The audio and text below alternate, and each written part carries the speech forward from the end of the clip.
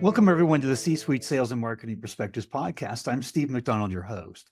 We've got a really interesting guest and conversation here today. Our guest is Anja Sadock. And Anja, you are the SVP of Marketing at TrusTrace.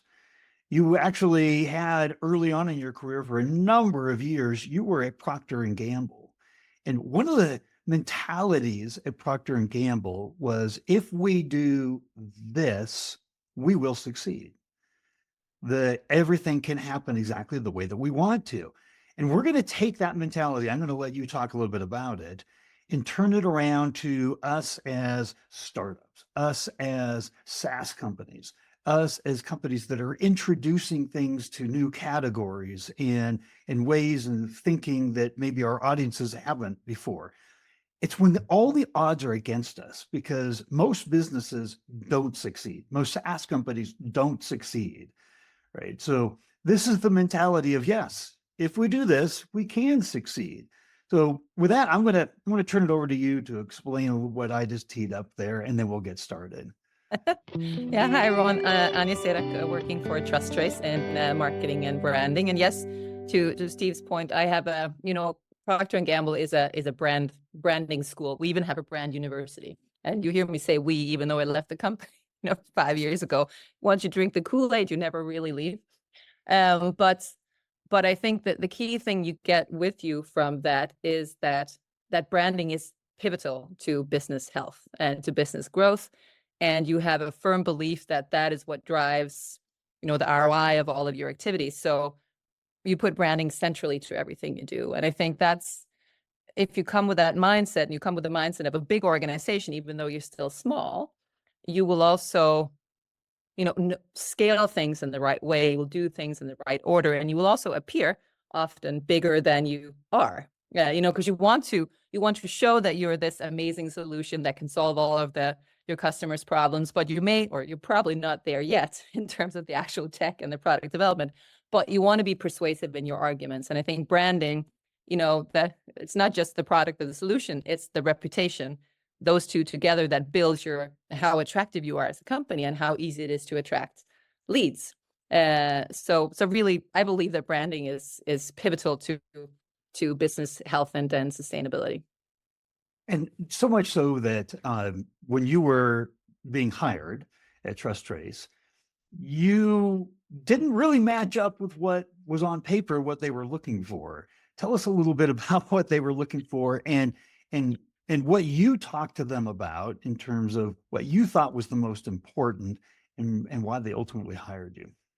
Yeah. So when I was headhunted for TrusTrace, I had left P&G. I was working for Scandinavia's biggest hospitality company called Scandic Hotels. I had been working there for a couple of years and was not planning on leaving. So when they called, I was also, what is this SaaS business, B2B? It's not, they were looking for a growth marketer. It's like, I don't even know what growth marketing is. I'm used to working, with consumers. I'm used to working, in a more traditional setup. So it's like, I can't tell you, growth hacking. I have never worked with that. But if you're building a company and your goal is to become, a unicorn from an impact tech perspective, because our company works with impact tech, what you need to think about early on is that you can do as much outreach and as many emails, and LinkedIn cold emails to people and calling people up. They're not going to choose you if they don't know who you are and they don't understand what you stand for. So building that brand early becomes really important. And I have a quote that I love. I don't know who coined it, but I use it a lot because it helps people understand that marketing is like asking people out on a date, but branding is the reason they say yes, right? So if you're thinking about what you would usually do in growth marketing, you're emailing people, you're calling people, you're showing them ads, you're trying to catch their attention, but they're not going to want to talk to you unless you have something really interesting for them to offer. They're not going to want to go out on a date with you unless they were like, this is the right, or potentially the right solution or person for me, right? So I was telling the founders that, the way I see it, you should be thinking about this. Of course, you can get growth marketing, but you really have to think about how you're building your brand. What are you going to stand for? How are you going to become a thought leader in this space that is growing? And nobody really knows what we work with traceability. What is that? 3 years ago, that was not so evident. Now it is. So the communication challenges change, but if you build your brand early on, the ROI of all your other activities will become so much higher, and you won't burn all your cash on ads that nobody's going to see or pay attention to. So I was like, you probably don't need me because I don't know growth marketing, but think about this, and I'd love to, stay in touch and advise you, blah, blah, blah, blah. And they were like, no, we should probably do this branding thing. And ultimately, they hired me. And now 3 years later, I'm much more on top of the growth marketing stuff, but they took a leap of faith, obviously, because I did not know anything about B2B marketing when I started here. Well, a couple of things that you've said in there, I want to kind of unpack a little bit, because you mentioned something. You've got to become a thought leader, right? And thought leadership doesn't mean that you're a subject matter expert just in your own tech. It means that you are a thought leader in the way that you can be a trusted advisor, a consultant, a colleague in the industry that you're selling into for your ICP. So your tech might be this much of their job, their success factor, and an important one. But everybody that we sell into, they have this much that they're considering, right? And that's where B2B companies fail, is that they're subject matter experts in their own tech, their own babies. They can talk about it all day long, right? But when you said thought leader, that brand, right? The reason why they want to date you isn't because of your tech. And I speak on this as a tech founder that ran through a number of rounds of funding. And I had the perspective, like most SaaS companies do, as soon as they know about our tech, the floodgates are just going to open, right? Oh my gosh. That'd be amazing. Yeah. Yes. Of course they'll see it. Yeah.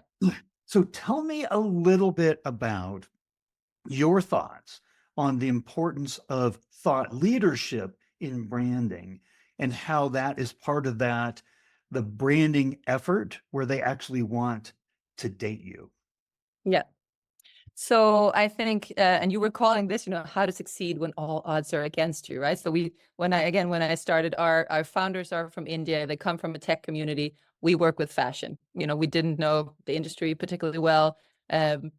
People didn't necessarily want, to look into software solutions they didn't necessarily know what was going on in their supply chains. Basically, we do supply chain traceability for fashion companies so that they can discover social and environmental risk and prove that they're compliant and improve the impact of their supply chains. So I think, which is true for most B2B SaaS companies, you're still early on trying to find your product market fit. So you also don't really know what you're supposed to say, right? Because you don't know which message is going to stick. So what we did early on was look at, okay, what are the things that are the most concerning for our ICP? Like, what is it they want to, what is keeping them up at night? What are they trying to figure out? What do they need solutions for?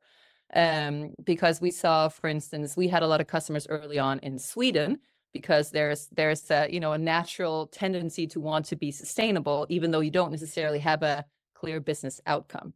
Now, that works less well in the US, where everything needs to have an ROI attached to it. You need to be able to persuade your shareholders, because sustainability itself is not good enough. So how do you tap into and show value and prove value that also helps your ICP sell internally the project, right? Because you want to make them the star of their company, and we have all these problems. I got the solution, and here's what we need to do. So the communication challenge that we had early on was, number one, we weren't well known in the fashion industry. We weren't well connected into the industry associations, and nobody really understood what we were doing, what traceability was, or there were, traceability could be a gazillion different types of solutions. So what we looked at was like, okay, if we want to be a leader in the space, we got to establish the space, right? People need to know what it is. So the first thing that we did was we went out and partnered with one of the biggest association, of the biggest event of the year for fashion sustainability for the C-suite, like where they go in and discuss the topics, and said, okay, at this event, we want to launch an asset that really defines the category. So we can define what it is we're working on. So we launched what we call the traceability playbook.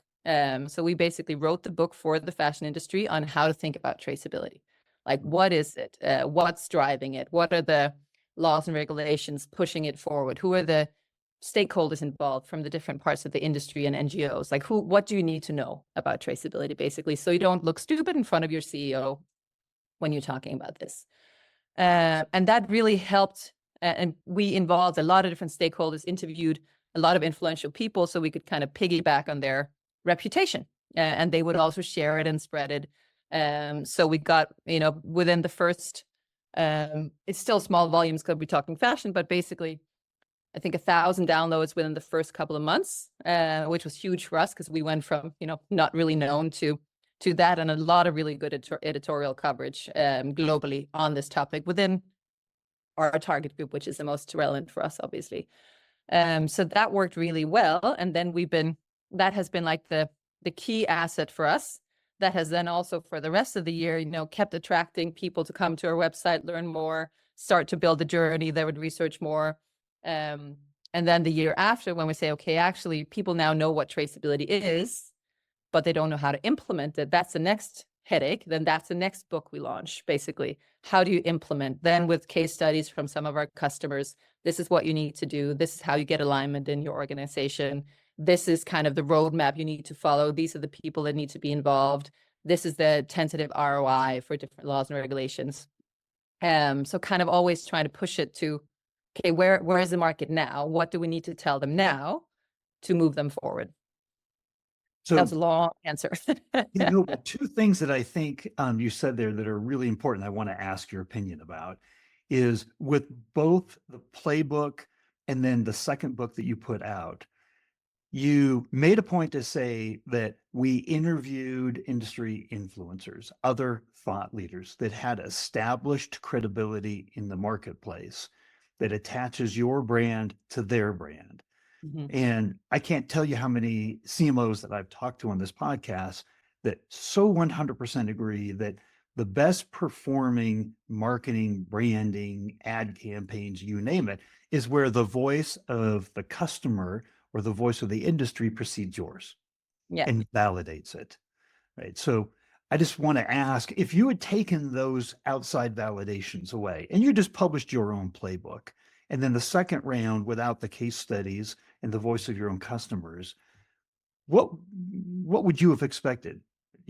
Like, in other words, how important are those outside validations in order to establish your brand against all the odds? You're like, we were alone. We had no visibility. Nobody knew what we were, what traceability was. You were starting from scratch. Yeah. Super important. I think without it, it would have just flopped, because even though it's still, relevant content, people will not necessarily trust it, right? Because they don't know who we are. We don't have a voice yet.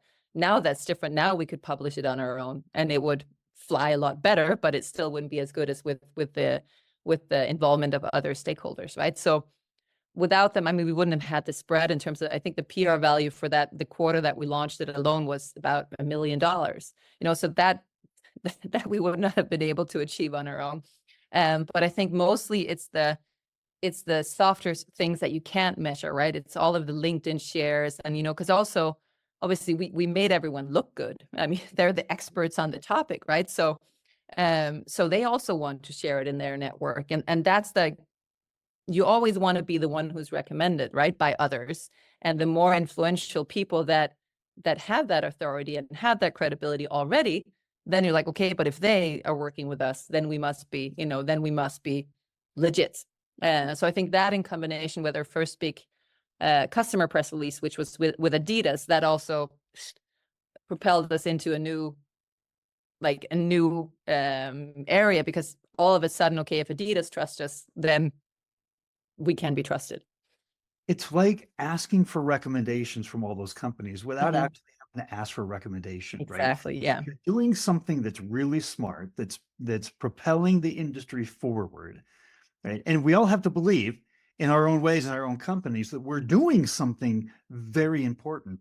And so if you can just align yourself with other industry leaders that will go along and say, yes, this is important, that's an implied recommendation, right? That is an attachment to your brand that is very different than, because I was actually a brand strategy consultant for a number of years. I don't know how many different papers I wrote with positioning statements, on it. And it doesn't mean a lot if there's not some outside validation. Yeah. If it doesn't, think about it like product market fit for your brand, right? Mhm. You could have a brand that you think is very, very compelling, but if others aren't going to align behind that and agree with you, then the road becomes a lot harder. Yeah. And I think it's also just a much easier sell, right? Do you want to come with, we're writing this book about traceability and we're involving a lot of, really knowledgeable stakeholders.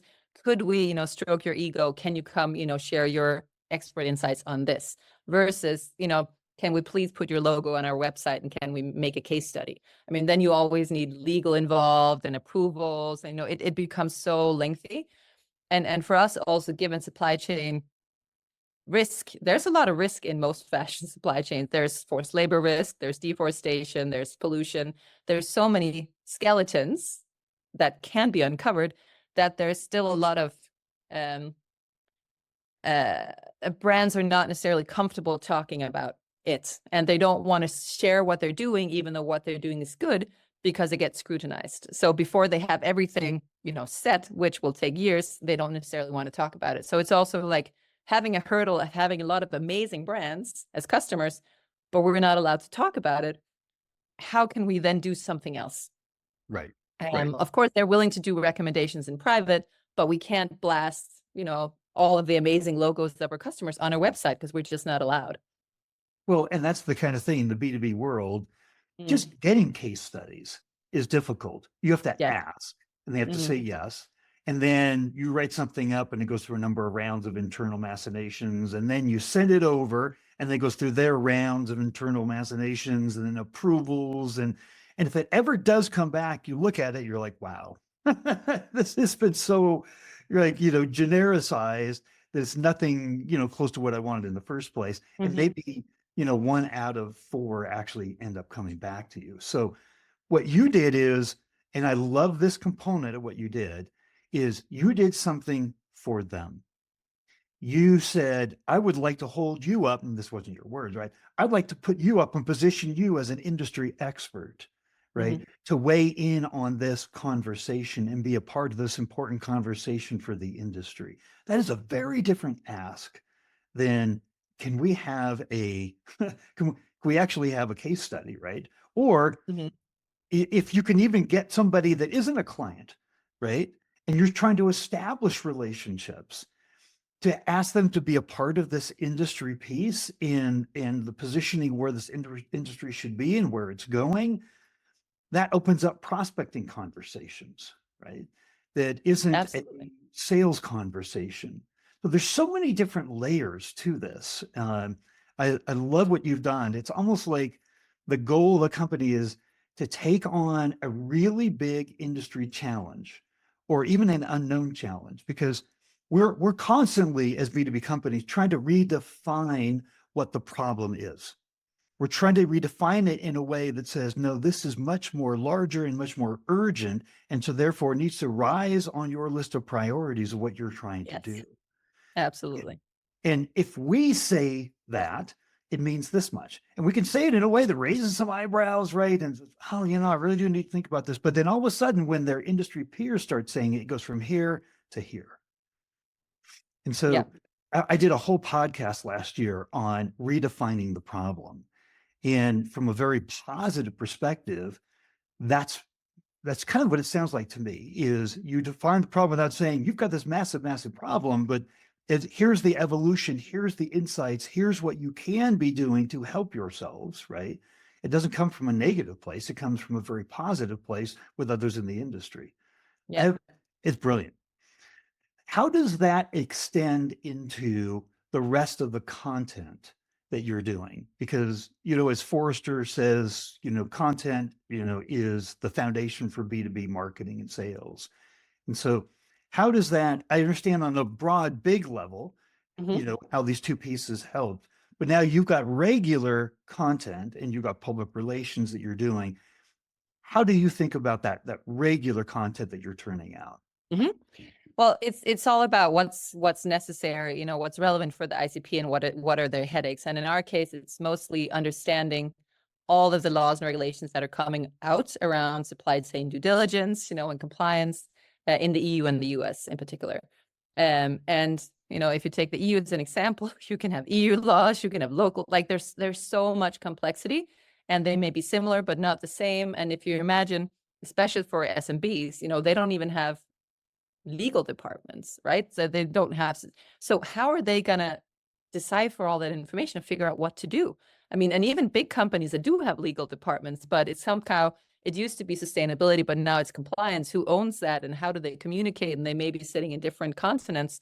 Like, how do they manage that, right? So the key thing that we've been focusing on, we see what is driving the use cases for us is laws and regulations. So it's really saying, okay, now the EU has the whole Green Deal and the sustainable products regulation, and under that you need to have digital product passports. Okay, what does that actually mean? When are they coming into force? So that was a book we launched this year, like unlocking DPPs, how to prepare for them, but also how can you leverage them to drive your business? Because a lot of these laws and regulations are a huge headache, right? It's a lot of work. I also saw a stat that companies use 10 times the time on reporting on their sustainability initiatives versus actually doing them, because it's so complex. So if we can help reduce that complexity, both in terms of what it is you need to do, but then obviously also gathering the data, then it becomes a much easier sell, right? So most of the content that we do is about, okay, what are the updates on the laws and regulations? What do you need to know about the EUDR? What do you need to know about forced labor prevention? And basically breaking that down into, here's the law, here's what you need to do, this is how you can do it. So that's the daily, because the day-to-day content that we do. So you're educating your Yeah. audience Yes. on what they need to do, and they know if they don't do it, they can be in a lot of trouble. Yes. And then we try to enrich that with, again, giving case studies are hard, but bringing someone onto a webinar or a panel discussion at an event is easier. So then we again try to storytell around that. Okay, but how did customer actually do this? Because there's a lot of brands that are worried, okay, I can try, but my suppliers won't give me all this data. No, but actually they will, and this is how you do it. So not only hearing it from us, but saying how have customers actually achieved already what you're trying to do? So building that in as well, and then leveraging those for ads, for more rich content. I love that, because now you're saying, okay, what are your peers doing? What is your peer community doing to address this problem? They are going to listen to what their peers are doing, especially in that area that they don't have a lot of.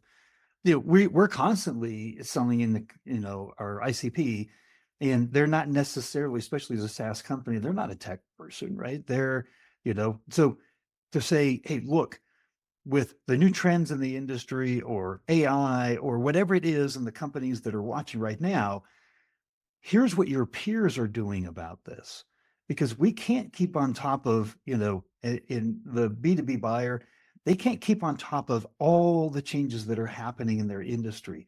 And so if we can be a education tool and a resource for them of, hey, here's the best practices of what's happening in your peer community that are faced with the same decisions, the same challenges that you have, it's like a breath of fresh air. Mm-hmm. So in other words, again, you answered the question in a really incredible way, where it was, how are in the day-to-day content that you're putting out, how are you using the influence of others to help you sell? And basically it's, how do I bring in that peer community? So it's from the thought leaders and the innovators in the industry and having them attached to your brand.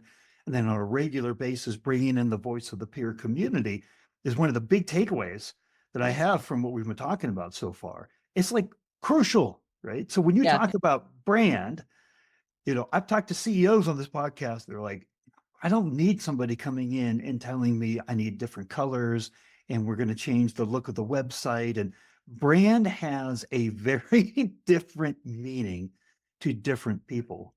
I'd love to hear what your definition of the brand is. Ooh.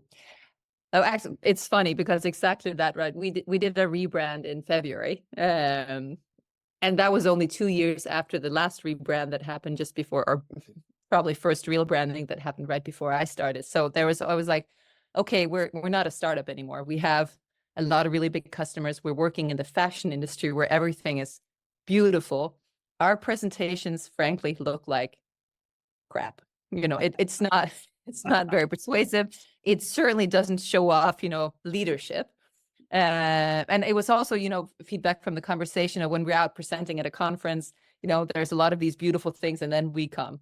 So like, okay, we got to fix that, because again, it detracts from the whole experience, right? I mean, the brand is just your perception of it's all of the touch points, everything that you experience around the company makes up the brand, right? So if your experience is, they don't look quite as good as competition, they have good content, but you don't get wowed. I mean, you can say amazing things, but if it's presented in the wrong way, you still don't seem very credible, right? So it's like, we got to do a rebrand. We got to like up our game in terms of how we present ourselves visually.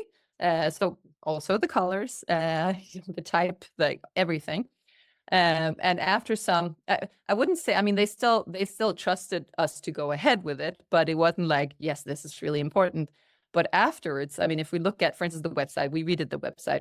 Conversion rates before we redid it were 4 or 5% on average, with the same content, with everything the same. Obviously, we keep on testing and learning and driving conversion rates, but post website, it was 12.7%, and it's been that now for 7 months, right? So that's not just, that newness. That's a consistent increase 2.5 times from what it was before. Just from the, all of a sudden you're in this space that seems credible. And obviously it's not just the colors, it's also, redoing how we were talking about the product and solutions, but the way it comes across is just much more powerful, like leadership style. So that's also now the feedback we get from investors, from our board, from competitions, like, wow, guys, that's really, you seem like you're a lot bigger than you are at this point in time.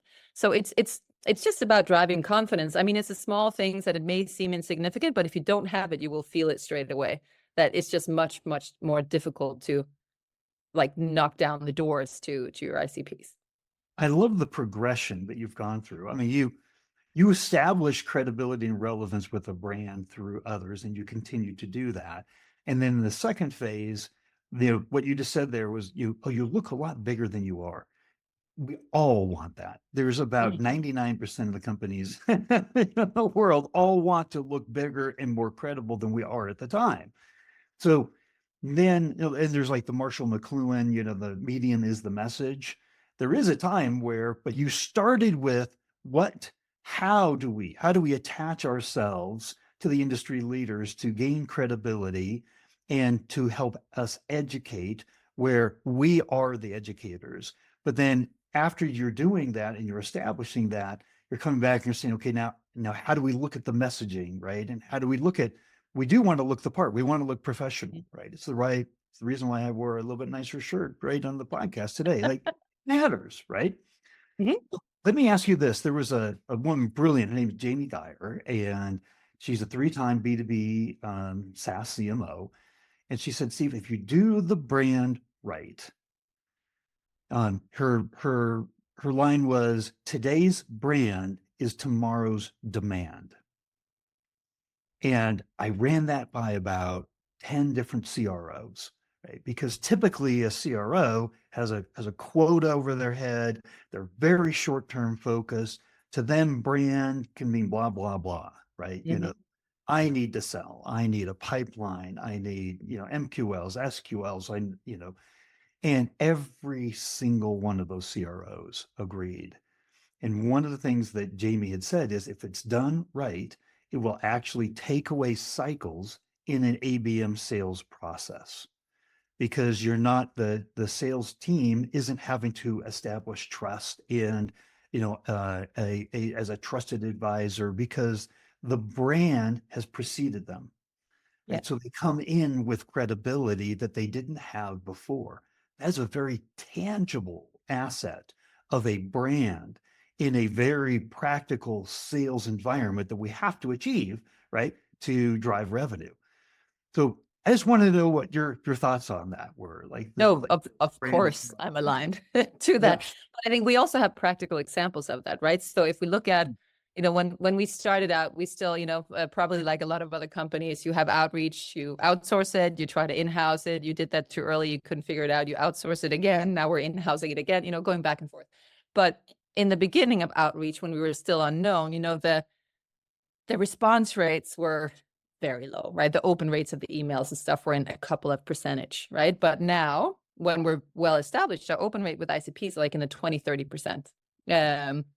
But if we take the same messaging, which has as much relevance in a new vertical, but where we're not known, they're 3 to 6%, right? So it's still a 5%, 5 times increase in our access of people that even see and want to engage with what we're talking about. So brand makes a huge difference also in the actual, just like how many people you can get to talk to. And then obviously also the sales cycles will be shorter, but just the access to accounts and to leads becomes much, much easier. That is a place where I want to accentuate, because we all know there's the statistics about, right, replacing customers is 5 times as hard as it is to, conquest a new customer, or expand existing customer relationship is 5 times easier than conquesting a new customer. That's kind of what I was thinking about with what you just said there, is that if you can establish that credibility, the degree of difficulty of reaching prospects that, obviously you've got to nurture these, right? And so that you're a known, but if you do it in the right way, it just reduces the degree of difficulty as a company to sell. Yeah. Like, that's my takeaway. Absolutely. And then also, of course, there's the whole digital, and you want to make everything PLG and it should just run by itself, but that's very scalable, blah, blah, blah, blah. But of course, there's also the human aspects around it. So the events, for instance, with the playbooks, we had launch events each year and made it this, when we were at the event, we did a lunch and we made it a really nice restaurant and invited a lot of really fun people, took a lot of pictures, made it like a FOMO moment, right? So because it's fashion in particular, but probably also most, like, you want to be where the action is, right? You want to be where the people that are in the know are.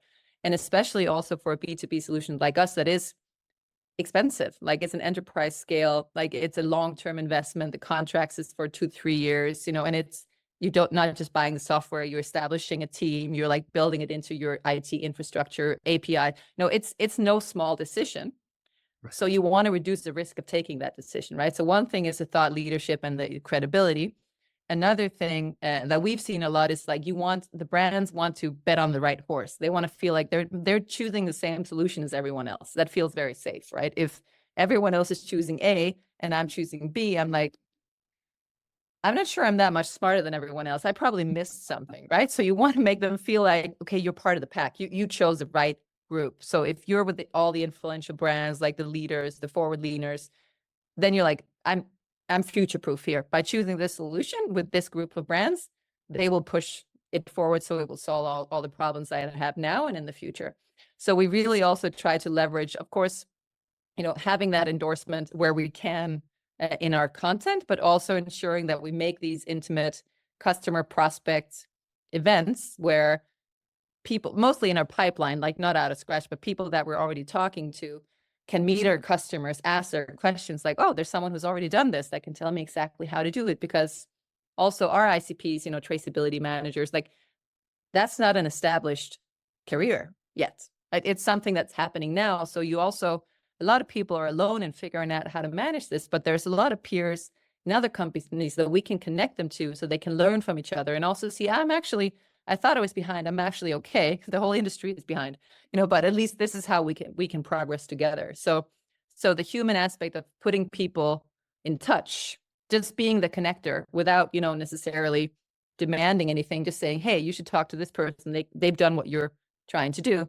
And then more or less automatically the sales happen because they realize, okay, this is actually exactly where I want to go. I want to ask you one last question. Mm-hmm. And that is, we've talked about a lot of really important things, but if there was one single takeaway that you wanted people to have from watching this podcast, what would it be? trust in the brand, dare to brand. It takes a while, you can't prove short-term ROI. You need to believe, and if you don't believe, and if you don't go all in, it's not going to happen either. So I would say really trust in it, dare to brand, and to really build a strong brand. It's going to pay off in spades. Fantastic. Well, thank you, Anja, for coming on and sharing all of this and renewing our belief in our brands, because we know it's important, but you've taken it to a whole new level today. And I just wanted to say thank you for that and all those insights. Thank you, Steve. It's been a pleasure.